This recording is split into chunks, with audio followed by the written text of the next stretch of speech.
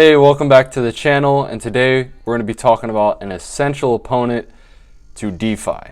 DeFi insurance for smart contracts, stable coins, and exchanges. This is huge. Now, when I explain and when people ask me, what is DeFi? The best way I can explain it is imagine having banking without the banks, without governance, without the type of governance that we have. DeFi is governance by the people, not by the rich and not by the banks. Decentralized insurance works very similar. Same thing with borrowing, works very similar as the regular banks do. But there's no agenda and there's no manipulation. There's no, none of your accounts are going to get drained. We don't like speaking their name, but the banks come for people. We don't like the banks. So I found this application called Bridge. Now, Bridge offers insurance for smart contracts, stable coins, and exchanges of your choice. They provide coverage for pretty much anything. You can also provide the coverage for people, which is staking, or this is where DeFi really becomes real, where you can stake this coin. They do have a coin. You stake your BMI in their pools and you provide coverage to your fellow human, right? So you can also purchase coverage, which comes from the staking. So it's for the people, by the people, and anything you do, you earn rewards for staking and you earn insurance for purchasing the coverage. Very, very cool concept, and this will take off, especially with the Wall Street manipulation that I'm seeing. If you take Africa, for example, this is one of my most exciting insights into the future. Is you have millions and millions of unbanked customers in Africa that are coming out of third world, and they don't have access to banking. So unless you have an internet connection, you have access to decentralized finance. You could make a wallet on Ethereum. You can create a smart contract on Cardano. It's all there for these people, and they don't need to have access to big banks. This is why DeFi can explode with over 400 million people that will have access to this very soon. So this is very important that we're finally seeing structure in DeFi really come together. Has grown almost by 10x since the beginning of the Corona crash in summer. So that's pretty much Bridge Mutual. Very exciting exchange. They will be having an ICO. Check them out. And they have a very, very diverse team, which is what we like to see in the future moving forward. Diverse ideas, diverse people, diverse backgrounds. So check out their team, solid team, Bridge Mutual. So the next one is Nexus Mutual. Same thing, NXM. They basically show you their token model and how it works. Same type of thing as Bridge. So what I was saying was, when the money flows in, it's by the people, for the people.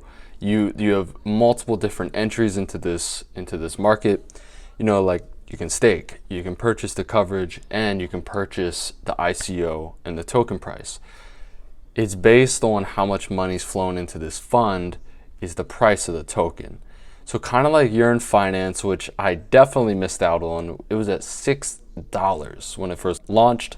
I don't know what kind of diluted market cap that something like this has, but Yearn went from $6 to $40,000 a share in 2 months.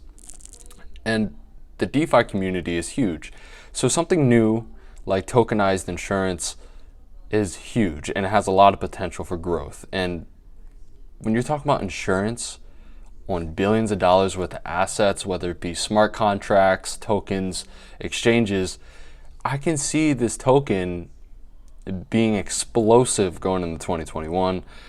Same thing with Bridge, all these lending services. I mean, when you create networks like this and then you tokenize it and you create an ICO, which is the value of the whole fund, it's game over. I mean, you found your 100x. So on their website, they give you their formulas. They're very transparent with everything that they're doing. Yeah, right here, look, new covers increase the token price. While most of the short-term price movements are driven by MCR percentage changes, the growth from coverage purchases will be a long-term driver of the price. So, like I said, regarding adoption for the platform reflects the price in the token. Very cool project. Look in the Nexus. They have a bunch of use cases. They have an overview, which we were just on. This is Torque. This is the other one, the last one I'm going to show you. Borrowing, margin trading, lending, and staking. Same thing. They're creating this ecosystem of a platform for DeFi, which is the future.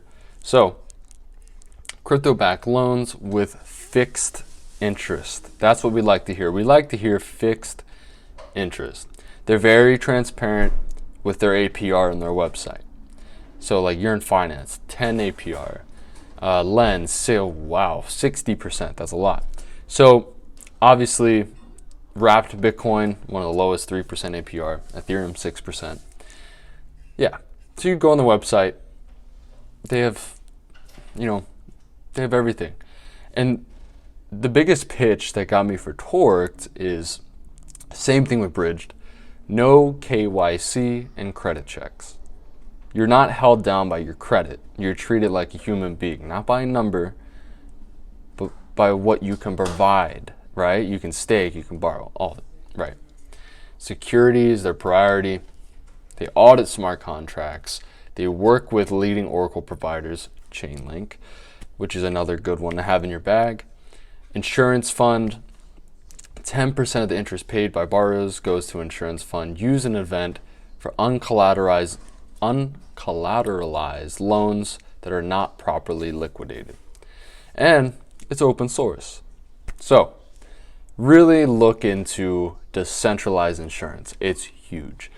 This whole thing is about to blow up with Bitcoin most likely flying, and it's creating adoption all around the globe. And what we see on Wall Street isn't bad for crypto. It's very good for crypto. People don't want this manipulation anymore. So check it out, guys. Thank you for tuning in, and I'll see you on the next one. Peace.